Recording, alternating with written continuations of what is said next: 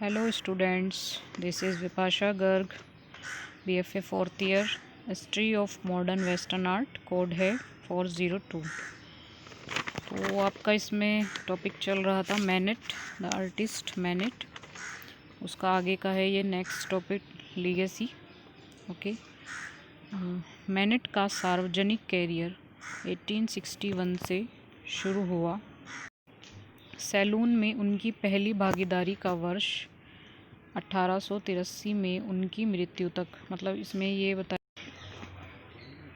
तो जो मतलब सैलून में उनकी जो पहली भागीदारी थी, मतलब जब उन्होंने इसमें पार्ट किया था, तो उसका वर्ष है ये 1883 में उनकी मृत्यु तक। मतलब जब से इन्होंने स्टार्ट किया था तो तब से लेके 1883 से लेके मृत्यु तक इन्होंने इसमें काम किया था। और जो इनका कैरियर स्टार्ट हुआ था वो 1861 में हुआ था। ठीक है। उनकी प्रसिद्ध विलक्षण रचनाएं जैसा कि 1975 में डेनिस रुआर्ट और डैनियल वाइल्डेनस्टाइन, ठीक है, जो इनकी प्रसिद्ध जो रचनाएं थी, जो इनका वर्क था, जैसे कि इसमें बताया है 1975 में जो डेनिस रुआर्ट ये नाम है, ठीक है, डेनिस रुआर्ट और डैनियल वाइल्डेनस्टाइन दोनों नाम है ये, द्वारा सूचीबद्ध किया गया था। ठीक है। इसमें 430 ऑयल पेंटिंग, मतलब 430 इनकी ऑयल पेंटिंग्स थी और 89 इनकी हवेलियाँ थी और अधिक से अधिक शामिल थे। मतलब ये काम बताया गया इनका कि इतना इतना काम था। ठीक है। मतलब दो तो ये बताया कि 430 तो इनकी ऑयल पेंटिंग थी, मायने रखती हैं, और 83 इनकी हवेलियाँ थी और अधिक से अधिक इन्होंने शामिल किया हुआ था। 400 कागज़ पर काम करता है, ये थोड़ा लिखने में मिस्टेक हो गया। इनके जो कागज़ पर इन्होंने जो वर्क किया हुआ था वो 400 के करीब थे इनके। ठीक है। और ये पिक्चर है इनकी, the grave of Manet at Passy. Manet की ग्रेव है ये। ठीक है। ये कहाँ पे है? पेसी में। ये नेट पे आपको सारी पिक्स मिल जाएंगी।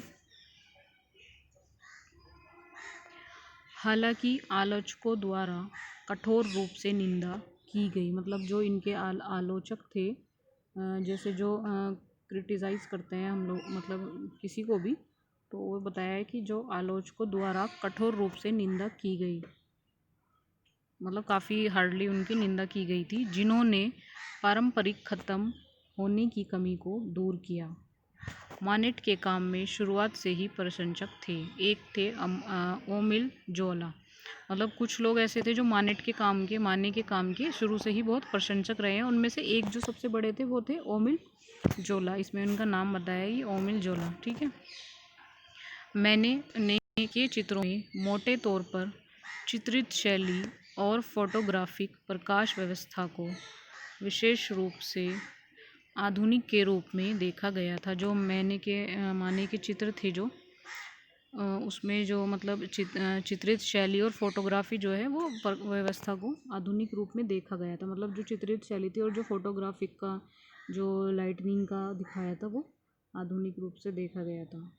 और पुनर्जागरण कार्यों के लिए एक चुनौती के रूप में उन्होंने प्रतिलिपि यानी कॉपी बनाई। मतलब पुनर्जागरण काम के लिए उन्होंने प्रतिलिपि बनाई थी या स्रोत सामग्री के रूप में उपयोग किया, मतलब स्रोत सामग्री के रूप में भी उपयोग किया था। ये भी इनका चित्र है, द रेलवे 1873। ये भी आपको नेट पे मिल जाएगा।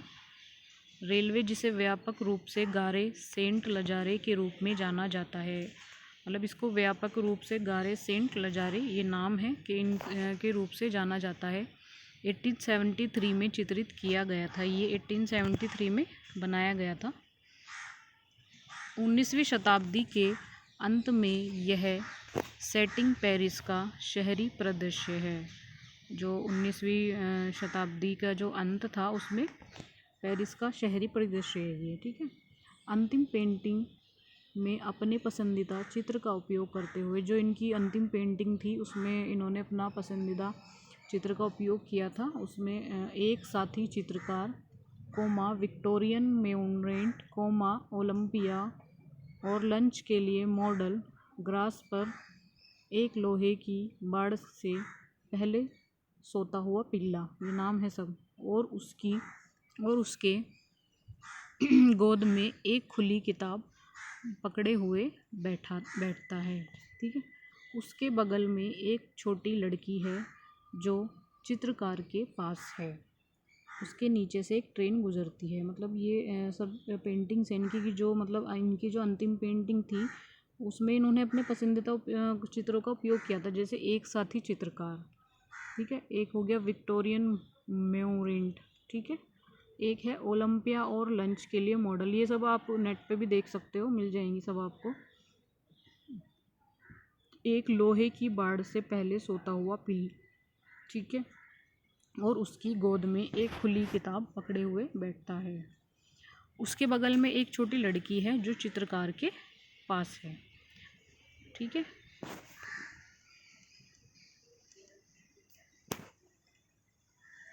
मानेट ने 1874 में कई नौका विहार चित्रों को चित्रित किया। ये किया है यहाँ पे, ये जो माने ने 1874 में कई नौका विहार यानी जो बोट साइड्स होती हैं, बोट राइड होती हैं जो, उनको इन्होंने चित्रित किया था 74 में। ठीक है। अपने दोस्त एंटोनिन प्राउस्ट के दबाव के साथ, ये इनके दोस्त का नाम है एंटोनिन प्राउस्ट, उनके दबाव के साथ फ्रांसीसी सरकार ने मैनेट द लेगियन डी होनूर को सम्मानित किया। जो इनके फ्रेंड थे एंटोनिन प्राउस्ट, उनके दबाव के साथ इन्होंने जो फ्रांसीसी सरकार है मैनेट द लेगियन डी होनूर को सम्मानित किया था। ठीक है। तो ये वाला आपका आज कंप्लीट हो गया है, माने आर्टिस्ट। इसकी 3-4 पीपीटी हैं, 4-5 हो चुकी हैं। तो इसमें अब आपको कोई भी प्रॉब्लम होगी तो आप वो मीटिंग में डिस्कस कर लेना। ठीक है। ये लास्ट पैराग्राफ है इसका। अप्रैल 1883 में सिफिलिस और गठिया से जटिलताओं के कारण गैगिन के कारण, ये भी हमने पिछली पीपीटी में भी डिस्कस किया था। जो उसमें सबसे स्टार्टिंग वाला जो पैराग्राफ था उसमें बताया गया था इनकी बीमारी के बारे में।